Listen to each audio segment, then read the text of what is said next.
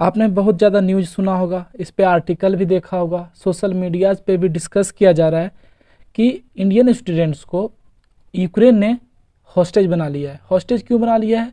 As a shield वो उनको काम कर रहे हैं, ताकि अगर रशियंस अटैक करें तो वो वहाँ पे बोलते हैं कि देखिए यहाँ पे तो इंडियन स्टूडेंट्स हैं, आप यहाँ नहीं मार सकते हैं। तो इस तरह एज ए शील्ड काम कर रहे हैं। ऐसा किसने बोला? ऐसा रसिया ने बोला था। लेकिन यहाँ पे देखिएगा, इंडियन गवर्नमेंट ने अभी तक ऐसा कोई होस्टेजेस का बात नहीं किया। इंडियन गवर्नमेंट ने अभी तक बोला है कि हमें वैसा कोई भी इंफॉर्मेशन नहीं मिला है जहाँ पे ये रिपोर्ट आया कि स्टूडेंट्स को हॉस्टेज बनाया गया है यूक्रेनियन फोर्सेस के द्वारा। यहाँ पे देखेंगे, Indian government denied report of Indian students being held as a hostages in Ukraine. यहाँ पे आप देखेंगे जो गवर्नमेंट ऑफ इंडिया का जारी किया हुआ यहाँ पे नोटिस आप देखेंगे, in response to media queries regarding reports of Indian students being held hostages in Ukraine, the office spoke person Shri Arindam Bagchi said. देखिए जो मीडिया क्वेरीज आ रहा था आजकल बहुत ज़्यादा, आपको पता है मेनली हम लोग का इंडिया का कंसर्न क्या है कि बहुत सारे इंडियन स्टूडेंट्स जो हैं यूक्रेन में फंसे हुए हैं। अभी भी ऑपरेशन गंगा के थ्रू बहुत सारे इंडियंस को लाया जा रहा है। आपको पता है हम लोग का एयरफोर्स भी इसमें शामिल हो गया है, जिसके थ्रू हम लोग इंडियंस को इवैक्यूएट कर रहे हैं। लेकिन इसी बीच जो ये यूक्रेनियन फोर्सेज द्वारा होस्टेज बनाया गया रसियन के द्वारा, जो ये रिपोर्ट सामने आई तो क्वेश्चंस बहुत ही ज़्यादा उठने लगे कि क्या ये सच हो रहा है, सही में यूक्रेन ऐसा कर रहा है।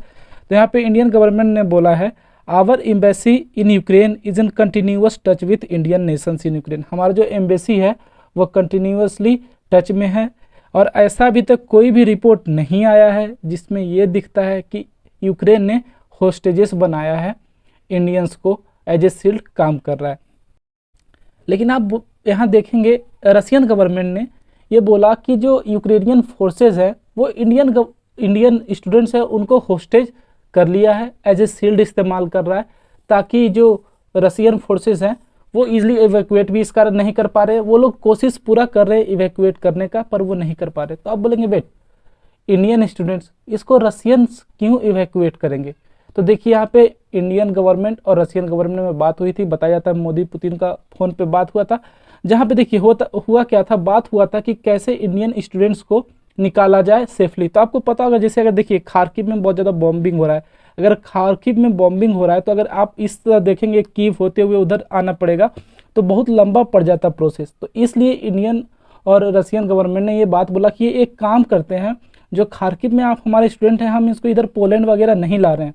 आप एक काम करो, आप अपने बॉर्डर से सटे हुए रसिया में आप उनको सेफ पैसेज दो, आप सेफ पैसेज दो, हम अपने स्टूडेंट्स को रसिया भेजेंगे और उसके बाद क्या करेंगे, वहाँ से ले आएंगे। तो देखिए यहाँ पे जब ऐसा बात हुआ था तो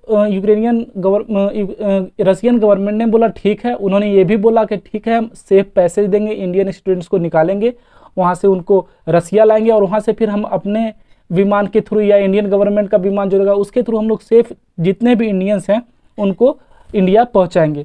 लेकिन यहाँ पे फिर ये न्यूज़ निकल के सामने आती है रसिया के द्वारा कि जो यूक्रेनियन अथॉरिटी है वो ज़बरदस्ती जो है large group of Indian students को खरीब में बंदी बनाए हुए हैं, एज ए शील्ड काम कर रहे हैं। शील्ड क्यों काम कर रहे हैं? ताकि अगर रसियन गवर्नमेंट उन पर अटैक करे, रसियन फोर्सेज अटैक करे तो वो बता सके देखिए हमारे पास स्टूडेंट है, सिविलियंस की जान जा रही है। और ऊपर से आपको पता है इंडिया और रसिया का रिलेशनशिप बहुत ही ज़्यादा अच्छा है।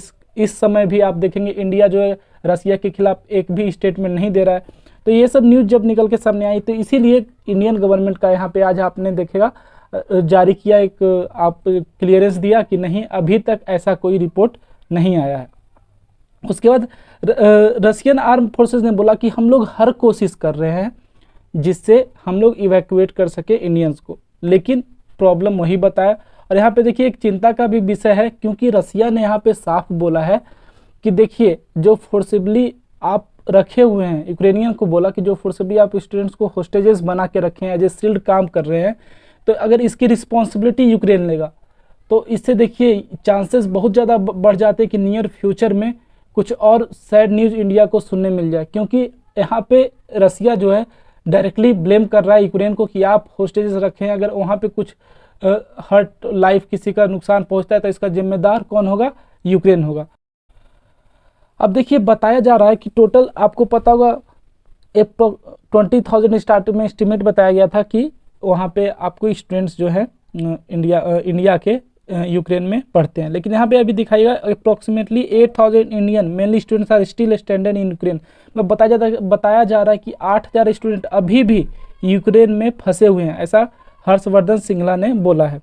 उसके बाद आपको पता है ऑपरेशन गंगा के बारे में, जहाँ से क्या हो रहा है कि जो जितने भी यूक्रेन में इंडियन फंसे हुए हैं वो नेबरिंग कंट्री जैसे रोमानिया, हंगरी, पोलैंड यहाँ पे आ रहे हैं, क्योंकि यूक्रेनियन एयर स्पेस बंद हुआ है। और अभी अगर देखा जाए तो सेफ भी नहीं रहेगा यूक्रेन का एयर स्पेस में किसी फ्लाइट को जाना, लेकिन यहाँ पे यूक्रेन एयर स्पेस बंद है, तो इसलिए यहाँ पे जितने भी नेबरिंग कंट्रीज है वहाँ पे इंडियन स्टूडेंट है आ रहे हैं।